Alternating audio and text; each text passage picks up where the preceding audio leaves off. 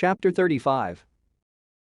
I hope those guys can hold on until we get there, the first Naruto clone said as he bounded through the trees towards where the other two Chunin were supposed to be.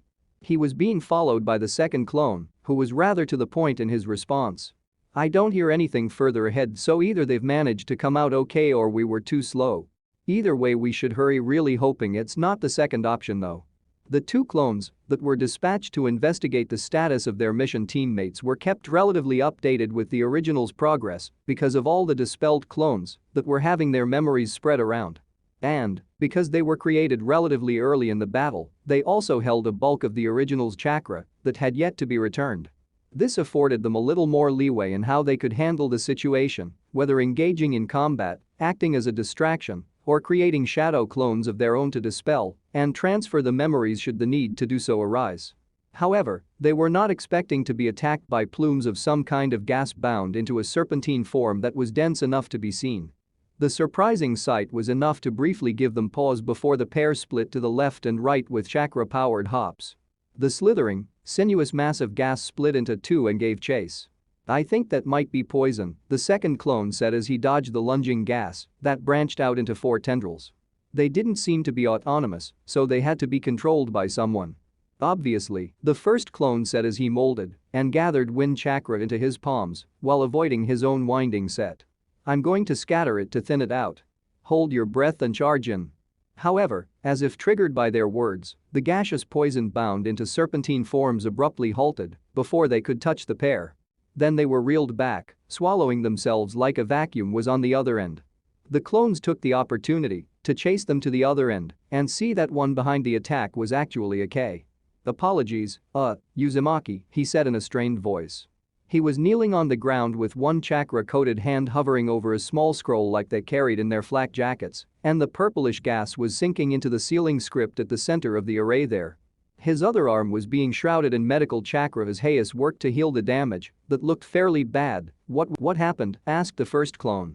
Hayes jerked his head over to where two large figures were half buried in the ground, dead to the world like fallen logs. These bozos attacked us without warning. We tried getting answers out of them, but the sheer stupid made questioning a pain, and when we tried to regroup they cut us off and slugged a K with a mean punch. One solid hit did this to his arm, so we decided to take them out the same way we do the larger honey badgers, covering their faces with poison while restricting their movements. They could only hold their breath for so long. His squinted eyes turned to the pair. What happened on your end? Were you attacked? The clones gave them a brief report as more information filed in until they abruptly started glowing as the final spare clone dispelled itself. The first Naruto clone looked down at the film of chakra covering him. We should disperse if these two are okay. That should send the excess chakra and memories back to the original. The second clone stopped him. The sudden rush might throw him off if he's still in the middle of fighting Mizuki though. Just create a clone and then disperse it. The memories should go to all of us, and the flux won't be great enough to throw off the balance of yang to normal chakra, I think. Sounds good enough. The first clone popped a single clone into existence and dispersed it just as quickly. In hindsight, we really should have tested how this works with pre-existing shadow clones, huh?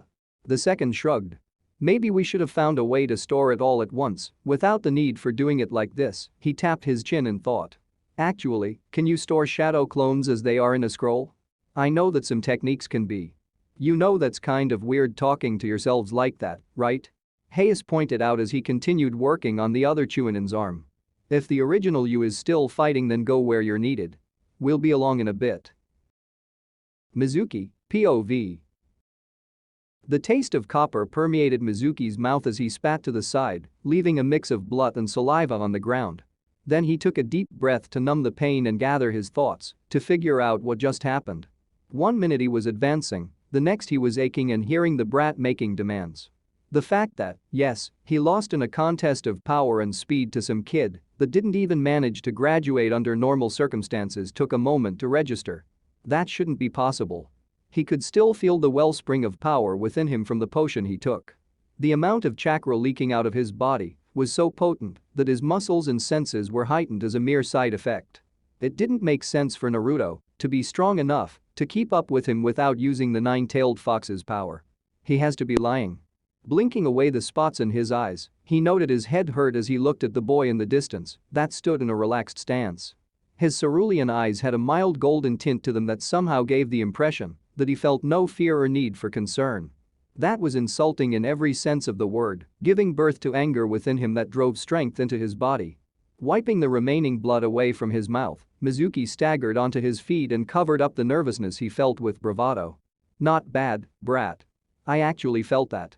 Then it's a good thing I didn't go all out," he said back, a cruel calmness to his voice as the chakra coming from him flared for a moment and thickened somewhat.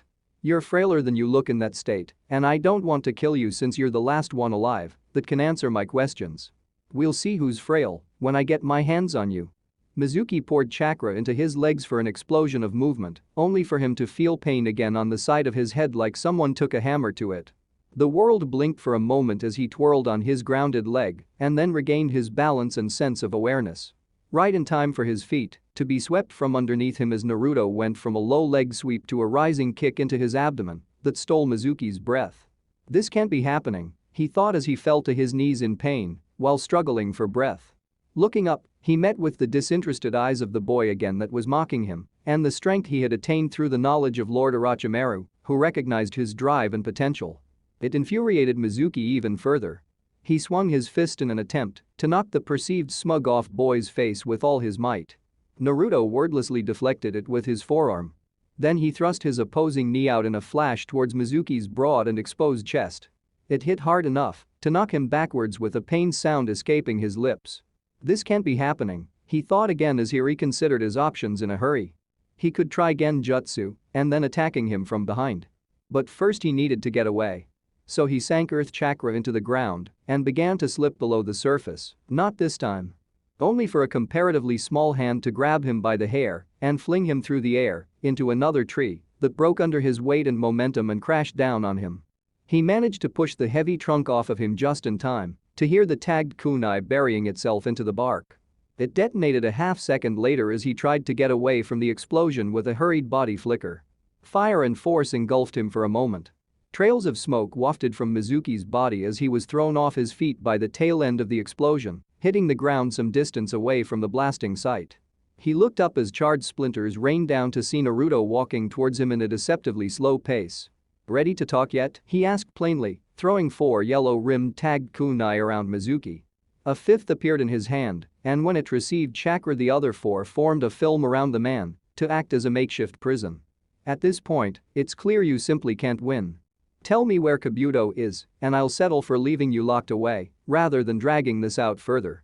Mizuki gritted his teeth at the thought that the brat wasn't even taking him seriously. He pounded at the film of chakra to no avail. Trapped and toyed with by the former failure of his class, Mizuki's anger peaked at that point, and he tugged on the power within. In response, his muscles swelled further. Orange fur began to cover his flesh, lined with black stripes. His fingernails sharpened to claws, his teeth stretched into fangs, and his face became bestial as more tiger features set in. Thrumming with power, Mizuki roared, chakra lacing his very voice to the extent that the resulting sound wave tore the tags of the kunai apart in freedom. "Now who can't win?" he said with a sneer as he towered over the comparatively tiny shinobi, on his knees and holding his ears. "I'm going to rip you to shreds." Naruto POV. "Oh," Naruto thought as he uncovered his ears and rose to his feet. The force of the roar had made his ears ring to the point that his brain itself trembled, taking away one of his sharpened senses.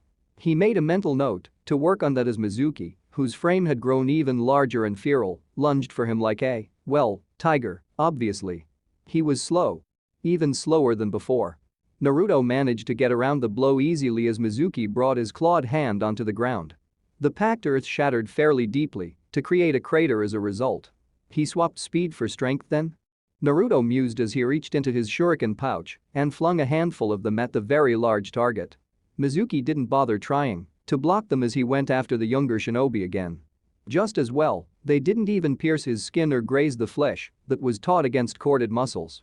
Okay, I'll just treat it like the battle with Gaara when he was partially transformed. Dashing forward and sliding under the incoming arm, Naruto reached into his pouch. He pulled out a pair of concussive tags to use as knuckledusters and rammed his fists Mizuki's torso before firing them off. The recoil of released kinetic force from the tags made his arms buckle as the slips of paper tore themselves to shreds, but the yang chakra reinforced his body from any further damage as the directed shockwave did its work. Mizuki, who was already aerial from his lunge, was thrown back forcibly. Blood left his mouth as the force shot through the corded muscle beneath his skin to hammer organs and rattle bones. Yet, he managed to dig into the ground with his claws and upturned a trench as he slid to a stop. Naruto brought his hands around to his pouch for another pair while doing a mental count of how many he had left for that approach. He had 4 tags of that nature remaining, with the rest being the explosive variety. As long as he avoided hitting the harder head, he should manage to avoid killing him. At least that was the plan before Mizuki rose to his feet looking no worse than before as the point of impact steamed. "You can heal quickly too?" The dark chuckle that the Tiger Man made pretty much answered that question while he patted the area down. Then he roared again, loud enough to be heard around the woodlands. The fierce scream blanked out Naruto's vision as it assailed his senses until he covered his ears. In that space of time, Mizuki crossed the distance and was getting ready to drive his claws into the younger shinobi's skull. The pull of a substitution saved him as one of the clones took his place, a spiraling sphere of chakra in its hand. It twisted its body underneath the surprise assault and delivered the rising Rasengan into Mizuki's torso, right where the concussive tags had gone off. The spiraling mass of chakra dug into the strengthened flesh, grinding against it fiercely, while the clone pushed as hard as it could to send Mizuki spiraling into the air, screaming. The first clone dispersed itself. Memories flooded the original of its return and the plan it formulated with the second clone, which broke from cover to run over to just under the point of launch. He ran towards it and then leapt into its cupped hands.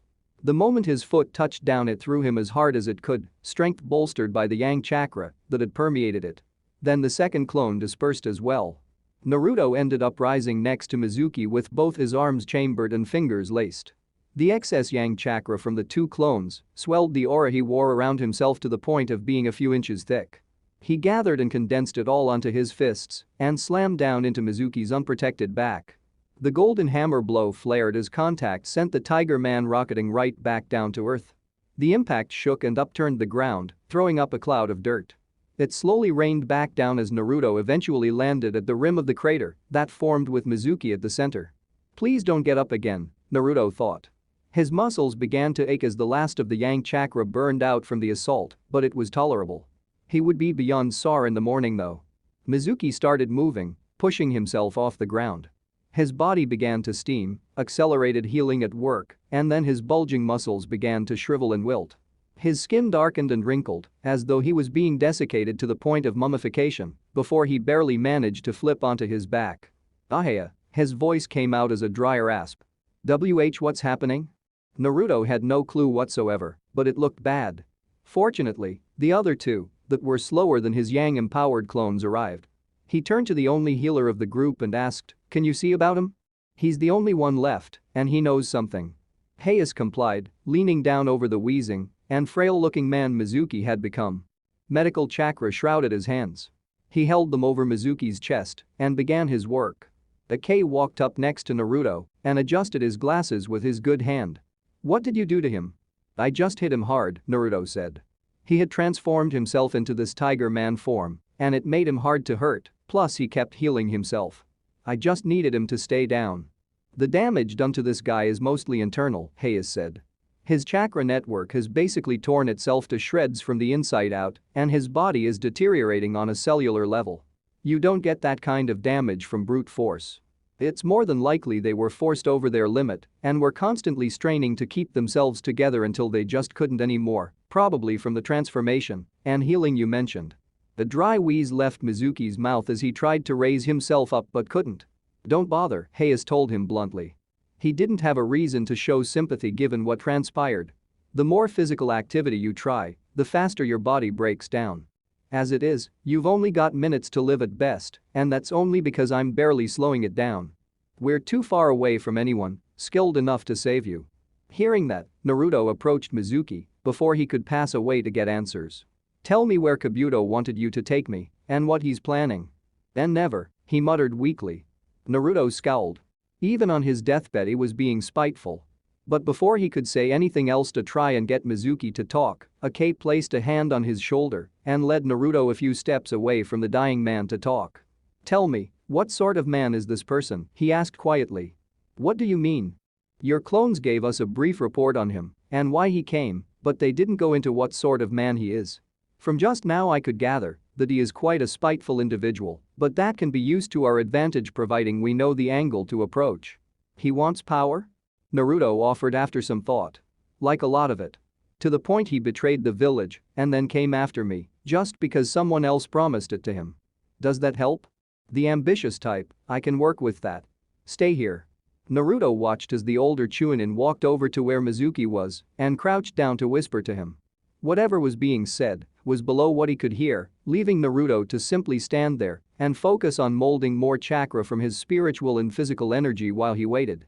His awareness snapped back to the other pair of Chunin when the light of the healing died minutes later. Mizuki wasn't moving and his eyes were closed. He was gone. Hayes unraveled one of the scrolls meant for storing human corpses and proceeded to enclose the dead body inside of it. Ake watched for a moment longer and then approached Naruto. "Do you have a way of contacting the village as soon as possible? I can summon a messenger toad." They had a direct line to the village from what he knew. Naruto began the hand seals and partitioning off the appropriate amount of chakra for the summoning when he received a nod telling him to go ahead. "What did he tell you?" "A prison break was executed by agents of the Hidden Sound, with himself being the sole one pulled aside for capturing you. It was done in the middle of the night over a day ago, which is plenty of time for them to scatter out. I'm not certain if the village is aware, but the information needs to reach the Hokage as soon as possible." Naruto slammed his hand onto the ground. Sealing script etched itself onto the grass. A red toad with blue marking around its eyes and a pair of goggles appeared in a puff of smoke. "Kasuga, reporting for duty," the toad said. "You got a message you want delivered?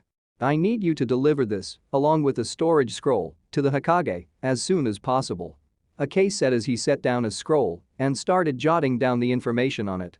"It is of the absolute importance that it reaches his eyes only as we suspect there is an infiltrator." "What will we do next?"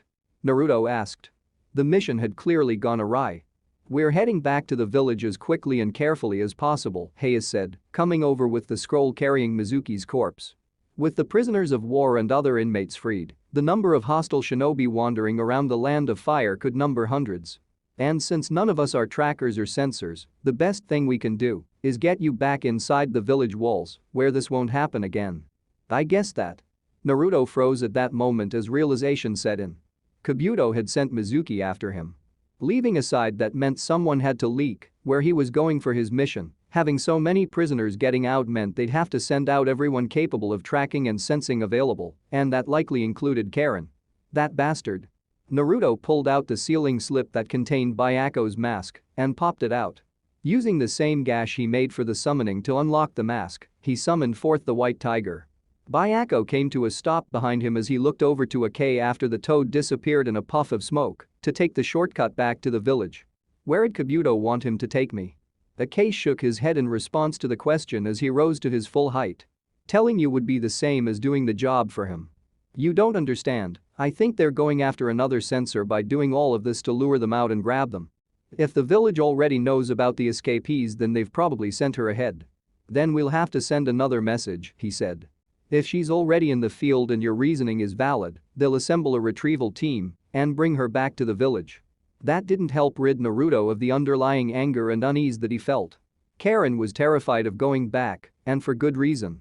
Just the thought of the things Kabuto did during the invasion was enough to get his blood boiling, but when he thought of her going through that after finally getting a chance to start over, he could barely keep himself from shaking with rage. Byaku craned its head towards him at sensing the rising anger through their spiritual link. "Are they enemies?" Naruto shook his head as he mounted the tiger, soundlessly responding back through the link. "Karen's in trouble. I don't know how to find her." The white tiger turned to the east. "She is that way, but far." Naruto perked up at that. "How do you know that?" "The spiritual link from her last use is faint and non-active. But the connection is how we identify those of Uzumaki blood and remember them. Through that I can find her." "That's good news." Naruto gave the other two a side glance while they were discussing something in a hushed tone. He doubted that they'd be on board with the plan forming in his head, and Bayako would be weighed down by them anyway. He turned his attention back to Bayako and asked, "Can you reach her before burning through your reserves?" "Most likely at full speed. It depends on terrain between us." That made sense. It boasted its capability was speed when Karen had summoned it the first time, so running was what it was good at. Though, given how things became a blur after a certain point, he'd have to leave the steering to Bayako and anchor himself down. Naruto realized he would probably get in trouble for this, abandoning these two to save her. But Karen was being hunted and didn't even realize it. The thought of losing the first family he had, the first girl who told him that she cared for him that way, he couldn't do it. "Just don't abandon me, or I won't have anything left." That was all she asked of him when he saw her, after everything that happened. It was a simple wish that he promised he would live up to. Nothing would be worth it if he couldn't keep that promise and save her when the chance to do so was there. His resolve solidified. Even if he got into trouble, he could live with the consequences of that. As long as she remained alive and out of that bastard's hands. Anchoring himself with chakra, he gave the order. "Run as fast as you can to her." Bayako crouched low and its muscles tensed. The other two took notice of the sudden change. But before they could even get words out, it was too late. The white tiger exploded into motion, upturning the ground beneath its feet as it became a white blur. "I wish I kept my goggles," Naruto thought as the rushing air whipped at him violently, threatening to tear him from his mount if he hadn't anchored himself. They were moving faster than he'd ever done so before, to the point that the blinding wind even threatened to crush his eyes if he didn't squint them. But he didn't have Bayako slow down in the slightest. Instead, he lowered his riding posture until he was hugging Bayako as tightly as he could while they sped off into the night. End of chapter 35. Chapter 36. "Which way?" asked the male Anbu officer, adorned in a tiger mask, racing ahead of Karen. "To the left and further ahead," Karen said, her breath ragged as she struggled to keep pace with her handler and the two Anbu officers accompanying them over the flat lands at a frantic rate. She was exhausted at this point, having been running around all day. Tiger sped forward while making seals and then slammed his hand into the ground. Earth chakra sank below and then warped the soil beneath the chakra signature that they had been chasing. That newly formed stone then began to ascend an explosive rate, forcing the signature upwards until he broke through the surface. The prisoner, a man with black hair and a rugged scar, then proceeded to turn in the air towards the chasing party. Karen sensed he was sending chakra into the stones that he had in the palm of his hand and destabilizing them. "I'm not going back to prison." "Look out!" Karen shouted as he tossed them. They broke off to the left and right before the stones exploded from the inside out. Falling at an angle, the stone shards had enough momentum to punch through the hard-packed dirt as they rained down. The prisoner then landed while making hand seals to mold his earth chakra before he slammed it into the ground. The abundant amount of chakra spread over a wider area in a mere moment. The soil was collected, hardened, and transmuted into shaped stone just beneath their feet. "It's an area-wide attack," Karen shouted before a series of blossoming stone spikes rose into the air like columns in an attempt to skewer them all from below. He looked towards Karen, eyes narrowed in realization. She felt him gather chakra into his hands before thrusting it into the nearest structure. The act caused the chakra holding the stone spikes to collapse into soil once more, creating a vast dirt cloud that obscured their vision and hindered their ability to breathe. Choked for breath, Karen felt his chakra signature rush towards her, while coated in a secondary layer. She couldn't scream or shout a warning without suffocating either while in the dirty veil. So she tried to run away with her eyes closed towards Anko's chakra signature. Her handler took notice apparently, since a pair of serpent outline chakra signatures coiled around Karen before pulling her out of the lingering cloud of dirt at a surprising speed. She took a deep breath and opened her eyes to see the growing silhouette, which Anko flung a trio of kunai at. They bounced off as he cleared the earthen veil, revealing he was clad in stone-like armor while sliding along the ground that became mud at his feet, intending to kill Karen to ensure his escape. Tiger promptly proceeded to erect a wall of earth in front of the beeline charge, tripping him up as Anko grabbed Karen and darted to the side. His stumble was brief, and the prisoner quickly got back onto his feet. But that was a moment too late as the female Anbu, Bear, rushed in with a pair of chakra blades that crackled with lightning. She rammed them into his chest, and Karen felt his chakra signature die out even before Tiger followed up by taking off the escaped prisoner's head with his sword. Karen sighed as it was finally over, falling to her knees in exhaustion and relief that she was still alive. Not only had she done more than her fair share of running, but that hadn't been the first one who tried to take her out when they realized she was the one responsible for tracking them down. She really wasn't suited for the front lines. "Good work," Anko said as she passed a ration bar to Karen, while the other two proceeded to deal with the corpse. "That makes 5 today." "That was terrifying," Karen said as she unwrapped it, musing on the events of the day. That was a minuscule amount given the sheer number of escaped prisoners of war, but they had enough squads and other shinobi available that each of them catching that amount was enough to significantly dent the majority that was still around. The rest had likely fled the land of fire by now and were a less immediate concern. "Even the last one didn't get that close to me or get this far away. He wouldn't be a former Jonin if he couldn't do that much." Anko shook her head in disappointment as they finished sealing the corpse up, head and all. "I recognized him from some time ago, but he used to be one of ours until he got caught trading secrets to Stone. The war was over and his service record was good enough that they opted not to execute him. And apparently the prison was considered bad enough that he opted to try and fight his way out than go back," Karen thought silently. Her mind's eye was still active to observe for anyone getting the drop on them, which was why she picked up the serpent-shaped mass of chakra slithering their way. She presumed that it was one of Anko's summonings, given that she had sent the corpses sealed in scrolls off to the village with them, and each one had a unique signature that she hadn't felt before. "One of your snakes is on the way back." Her handler's reaction to that was to give her a mildly confused look before narrowing her eyes and signaling the two Anbu officers. "Which direction?" Karen raised a brow in alarm. "From the village's direction. Is there something wrong?" "My summonings have orders to disperse after reaching the village gates and passing the scrolls along to the shinobi waiting there. They don't return that way." The meaning behind that clicked in her mind right before the chakra within the serpent flared and suddenly became one that she recognized with the arrival of even more signatures from a summoning technique. Then pain blossomed up her leg like thorns sprouting from inside her as the seal of subjugation activated.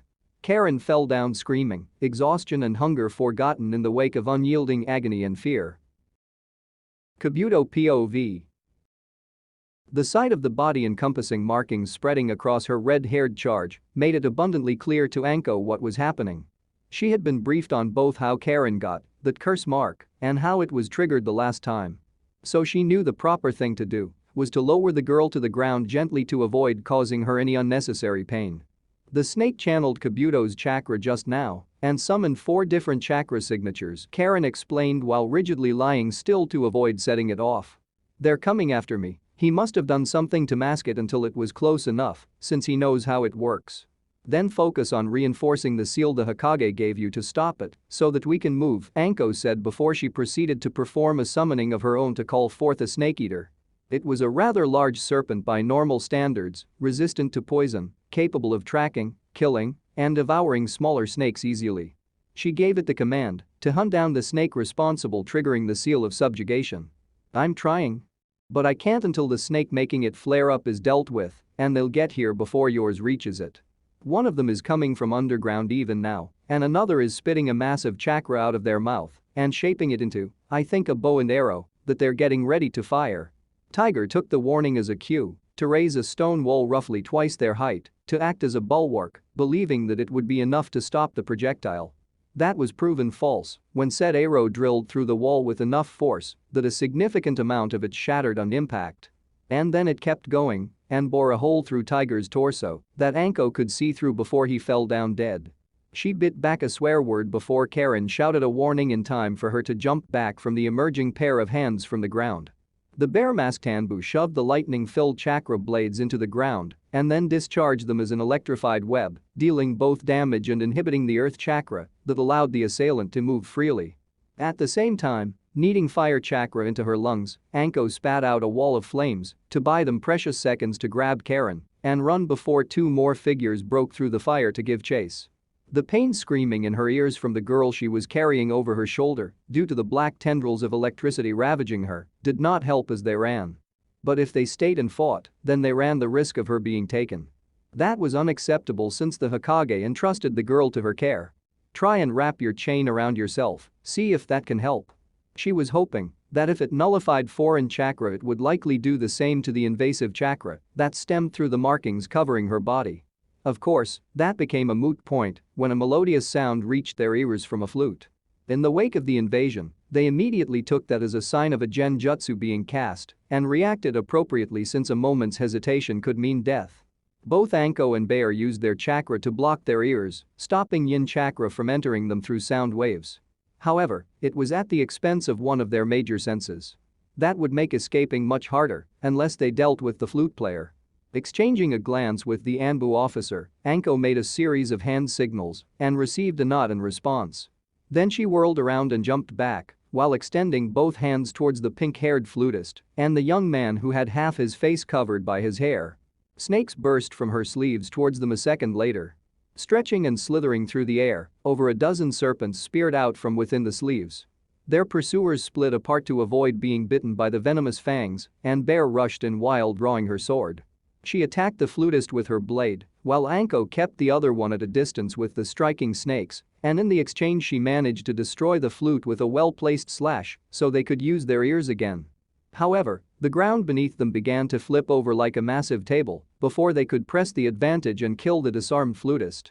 The wall that had been raised was then shattered from the opposite side as a stout figure broke through it, creating a rain of boulders that forced Anko to break away and run with Karen, who was no longer screaming in pain. Had she fallen unconscious? Tayuya, get them. Anko heard the pale blue-haired young man order as he tried to avoid the tendrils of lightning that the bear-masked Anbu unleashed as she held back both him and the stout newcomer. You're useless here. The newly identified Tayuya let loose an indecent string of words as she threw down the halves of her flute and then chased after Anko. Even carrying her charge, Anko was faster than the pink-haired young woman at full speed. As things stood, with the flare of lightning from another technique showing that the fight behind them was still ongoing, she could escape. She then addressed Karen, who was hanging over shoulder, to check if she was conscious or not. Hey. You doing okay back there? Why yeah. Despite saying that, there was a notable discomfort in her voice. I have the chains wrapping around my ankle small enough to avoid messing with your chakra, and it's suppressing it from hurting me, but I can't keep it up forever. The snake I sent out to kill it will get the job done soon enough, and that should cause it to retract. Can you tell me how the fighting is going on the other end? The woman from Anbu is fending them off for now, but I'm not sure how long she can last. The one who shot the other is outside of my range, while the chakras of the two that she's fighting are a bit off. I think one of them actually managed to absorb and attune some of her chakra to his when he hit her just now, and the other guy feels like he has two bodies in one. I think it's a bloodline. Make sure you take in everything you can. The information will be crucial when we get back to the village. Yes ma'am. Her voice abruptly cut off and tension threaded her body before she spoke again. The woman chasing after us is activating a curse mark. What Anko looked over her shoulder to see that Tayuya's figure was slowly being encroached by black lines. They expanded over her frame, dyeing her skin an earthen hue, while her hair grew longer and wilder. Combined with the horns jutting out of her head and her eyes becoming a mix of yellow and black, it gave her an inhuman aura. Now you're mine, she roared as the altered form increased her speed explosively. Crossing the distance between them despite their already breakneck pace, she lunged to tackle the pair. Before impact, Anko tossed Karen into the air while trusting that she would be able to land safely and then summoned more serpents from her sleeves to entangle and restrain Tayuya. These in particular were a myriad of different skin tones, each having a different kind of poison to ensure they killed their prey. They lashed out with their venomous fangs and elongated bodies, only for their fangs to break against her skin and their bodies to be ripped apart by the sheer strength she had. Reaching out and grabbing Anko by the forearm with inhumanly strong fingers, Tayuya put strength into them. That alone managed to break the bones with an audible crunch. Then she mercilessly used it to swing Anko overhead and then slammed her into the ground hard enough to knock loose a pained cry. Gritting her teeth from the pain, Anko used her other arm to bring a kunai around and flung it towards the transformed woman's dark eyes. Even if the flesh was tempered, she suspected that the eyes were still vulnerable to sharp, pointed steel. Unfortunately, Tayuya avoided it by moving her head to the side. Nice try, worm. She squeezed the broken forearm as she lifted her back into the air, sending sharp jolts of pain surging through Anko that was only topped when Tayuya delivered a punch to her stomach that knocked the breath out of her. Dropping her to the ground, leaving Anko curled and clutching her stomach, the transformed flutist then chambered her leg to kick her while she was down. Straining for breath, Anko could only look up as the foot came around. The only reason the swing went white as it neared her head was because her assailant was abruptly jerked back. A chakra chain was coiled around Taiyuya's throat, courtesy of Karen standing on the other end. She was free of the markings, but looked nervous all the same with the chain coming from an outstretched hand. "You think this weak chain can hold me?" she said in a tone that promised pain as she clutched at the chain around her throat and pulled. The chain barely budged, leaving her to go wide-eyed as her hand and upper torso began reverting back to normal. "What the?" Anko tackled the younger woman with her good arm, shoving her elbow against the back of Taiyuya's head to leave her face down in the dirt. She then looked up to Karen and tried to tell her to wrap her entire body in chains. The words wouldn't come out because of the punch to her stomach, leaving Anko barely able to breathe, let alone speak. But the message carried as Karen unleashed a second chain that speared through the air and coiled around the legs next as the one around her neck slithered and spiraled downwards. Not even 5 seconds later, Taiyuya was completely bound on the ground. Then Karen came over, snapped the ends together to connect them, and saw Anko's arm. "I don't like people doing this, but I just felt the Anbu woman's chakra signature die out, and making that many dense chains has left me almost out of chakra." She crouched down and presented a spot of unblemished flesh on her left arm. "You need to bite me so we can keep running." Anko bit down and strength filled her. Broken bones snapped into place, bruised muscles healed, and torn flesh mended good as new. She got to her feet, ignoring the shuddering moan of guilty pleasure that left the younger girl looking embarrassed when it was over, and then went over to the bound prisoner spewing profanities. "Just wait until I get free, you." Her threats were silenced as Anko kicked her in the jaw hard enough to knock her out. Then a trio of serpents with paralyzing venom emerged from her sleeve and bit Taiyuya to make damn sure she couldn't move when she woke up. "They're not going to stop chasing us just because we have a hostage," Karen said, looking off in the distance. "We need to go. We also need to know how they found us in the first place and where they came from. Otherwise it'll happen again later on." Anko finished performing hand seals for a summoning. The moment she slammed her hands onto the ground, a snake that was roughly half Karen's size in height appeared. "Take the prisoner to the village." She watched as the snake bobbed its head in understanding before it curved around, opened wide, and swallowed the foul-mouthed woman whole before sinking under the ground as though it was water.